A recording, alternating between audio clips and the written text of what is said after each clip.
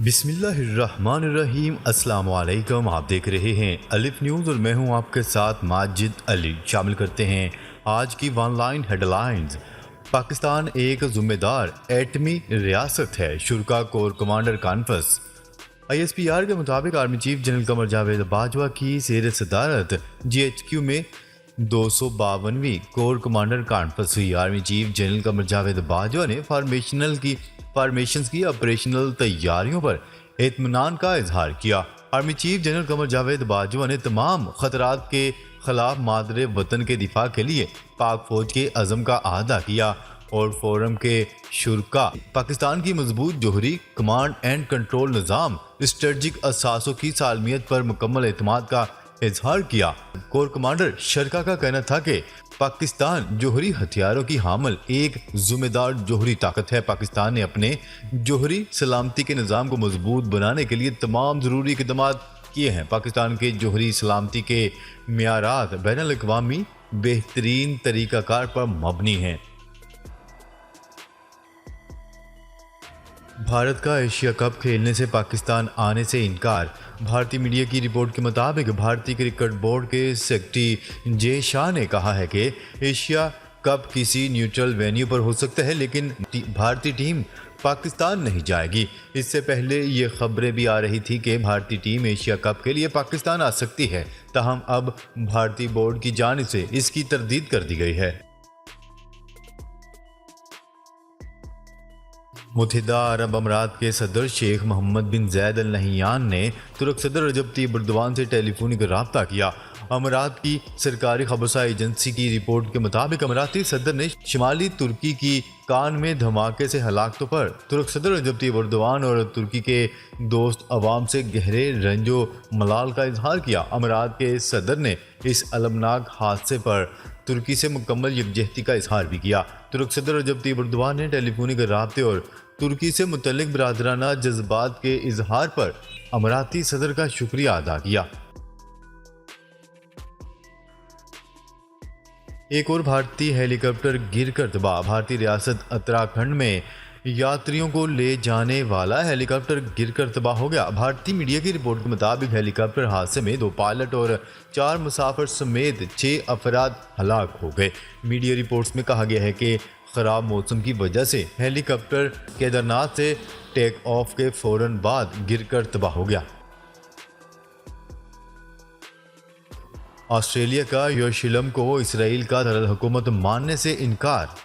Australia نے اعلان کیا ہے کہ وہ اب مغربی یروشلم کو اسرائیل کا دارالحکومت تسلیم نہیں کرتا۔ اس طرح متنازع واپس لے لیا گیا ہے جو سابق کنزرویٹو حکومت نے کیا تھا۔ خبرساں ایجنسی کی رپورٹ کے مطابق منگل کو آسٹریلیا کی وزیر خارجہ نے اپنے ایک بیان میں کہا کہ یروشلم کی حتمی حیثیت کا تعین اسرائیل اور فلسطینیوں کے درمیان امن مذاکرات کے نتیجے میں ہونا چاہیے۔ طویل ہوتا احتجاج۔ ایرانی حکومت کو ماضی کے مقابلے میں مختلف صورتحال کا سامنا۔ ایران میں پولیس حراست میں خاتون کی ہلاکت کے خلاف شروع ہونے والے مظاہروں کے سلسلے نے ملک کو ہلا کر رکھ دیا۔ ایسی صورتحال 1999 کے بعد پہلی بار دیکھنے میں آئی ہے، جس نے حکمران طبقے کی نیندیں بھی حرام کر دیں۔ نیوز رپورٹ کے مطابق حکومت احتجاج کو کچلنے کے لیے ظالمانہ اقدامات جاری رکھے ہوئے ہے، جن میں اب تک کئی افراد ہلاک اور زخمی ہو چکے ہیں، جبکہ ہزاروں کی تعداد میں لوگوں کو قید میں ڈالا گیا ہے۔ مسلسل چوتھے روز ڈالر مزید مہنگا ہو گیا۔ مسلسل چوتھے روز ڈالر مزید مہنگا ہو گیا۔ انٹر بینک میں امریکی کرنسی کی قیمت 218 روپے 89 پیسے کی سطح پر پہنچ گئی۔ تفصیلات کے مطابق اسحاق ڈار کے وزیر خزانہ بننے کے بعد ملکی کرنسی مارکیٹ میں ڈالر سستا ہونے کا رجحان گزشتہ ہفتے سے رک چکا ہے۔ پیر کے روز مسلسل چوتھے کاروباری سیشن میں بھی ڈالر کی قیمت قابو میں نہیں آ سکی۔ امریکی ڈالر کے مقابلے ایک بار پھر پاکستانی روپیہ کی الٹی گنتی شروع ہو گئی۔ روس کی جنگ لڑنے پاسداران انقلاب یوکرین پہنچ گئی۔ متعدد مغربی ذرائع نے انکشاف کیا ہے کہ ایرانی پاسداران انقلاب کے اراکان یوکرین میں روس کے زیر کنٹرول علاقوں میں نگرانی کر رہے تھے۔ ان ذرائع ابلاغ کے مطابق ایرانی پاسداران انقلاب کے اراکان نے روسی افواج کو تربیت دینے کے لیے یوکرین میں روس کے زیر کنٹرول علاقوں کا سفر کیا۔ ایرانی پاسداران انقلاب کو امریکہ نے ایک غیر ملکی دہشت گرد تنظیم کے طور پر نامزد کر رکھا ہے۔ امریکہ کی یوکرین کو فضائی دفاعی نظام دینے کی کوششیں تیز۔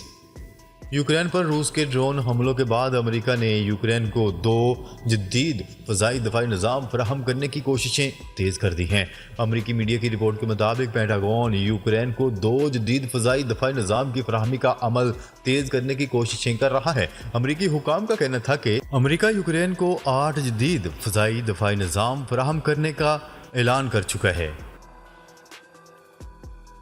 متحدہ عرب امارات کے شہری 1 نومبر سے جاپان کا بغیر ویزا دورہ کر سکتے ہیں۔ متحدہ عرب امارات کے پاسپورٹ رکھنے والے افراد اب 1 نومبر سے بغیر کسی ویزا جاپان کا سفر کر سکتے ہیں۔ غیر ملکی میڈیا کی رپورٹ کے مطابق متحدہ عرب امارات کے وزیر خارجہ کا کہنا ہے کہ متحدہ عرب امارات کے پاسپورٹ کے حامل افراد اب سیاحتی یا دیگر امور کے لیے بغیر ویزا 30 دن تک جاپان میں قیام کر سکیں گے۔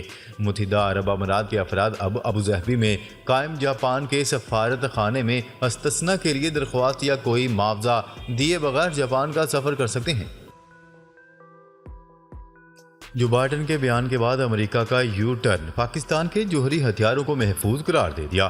امریکہ کا کہنا ہے کہ اسے پاکستان کی اپنی جوہری ہتھیاروں کو کنٹرول کرنے کی صلاحیت پر اعتماد ہے۔ یہ بیان ایک ایسے وقت میں آیا جب امریکی صدر جو بائیڈن کی جانب سے پاکستان کے جوہری ہتھیاروں کے حوالے سے خطرے کی گھنٹی بجائی گئی تھی، جس کے بعد اسلام آباد نے امریکی سفیر کو طلب کیا تھا۔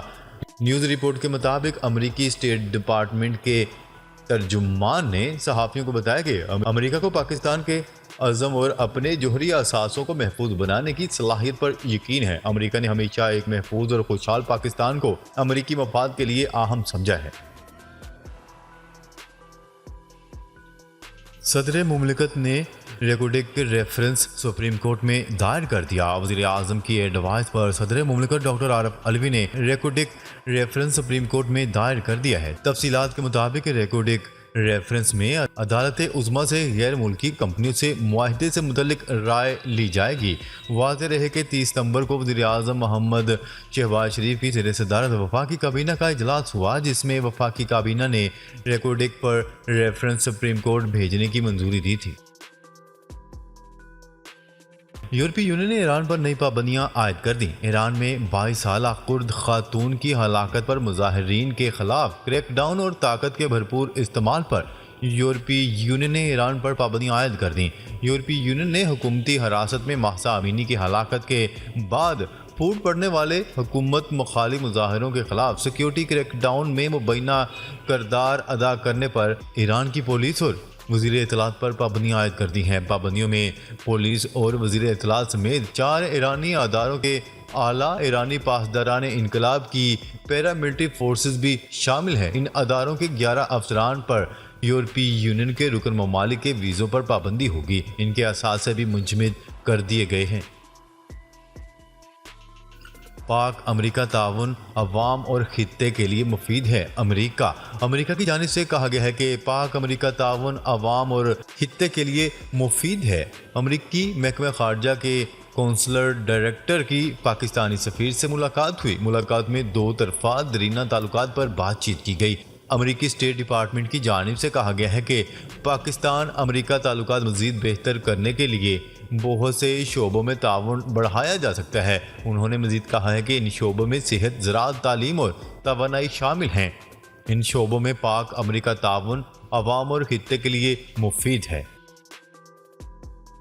پاکستان تحریک انصاف نے چیئرمین الیکشن کمیشن کے خلاف ریفرنس سپریم جوڈیشل کونسل میں دائر کر دیا۔ پی ٹی آئی نے ریفرنس میں موقف اختیار کیا کہ چیف الیکشن کمیشن سکندر سلطان راجہ جانبدار ہیں اور مبینہ جانبداری کے باعث وہ اس عہدے کے اہل نہیں ہیں، اس لیے چیف الیکشن کمشنر کو اس کے عہدے سے ہٹا دیا جائے۔ ریفرنس دائر کرنے کے بعد تحریک انصاف کے رہنما اعجاز چودھری نے میڈیا سے گفتگو کرتے ہوئے کہا ہے کہ میں نے ریفرنس دائر کر کے قوم کا قرض چکا دیا ہے، لیکن اب فیصلہ سپریم جوڈیشل کونسل نے کرنا ہے۔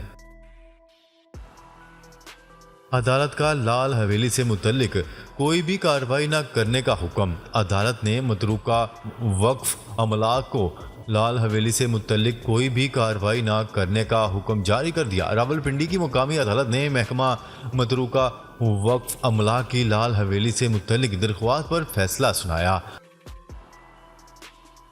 کراچی میں بلدیاتی انتخابات پھر ملتوی۔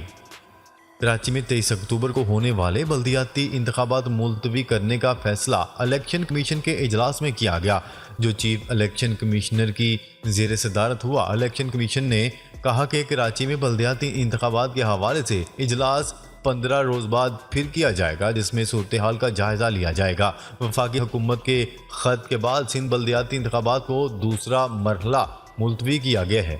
ناظرین، اب تک کے لیے اتنا ہی۔ مزید خبریں لے کر بہت جلد آپ کی خدمت میں حاضر ہوں گے۔ تب تک کے لیے اپنا خیال رکھیے گا۔ اللہ نگہبان۔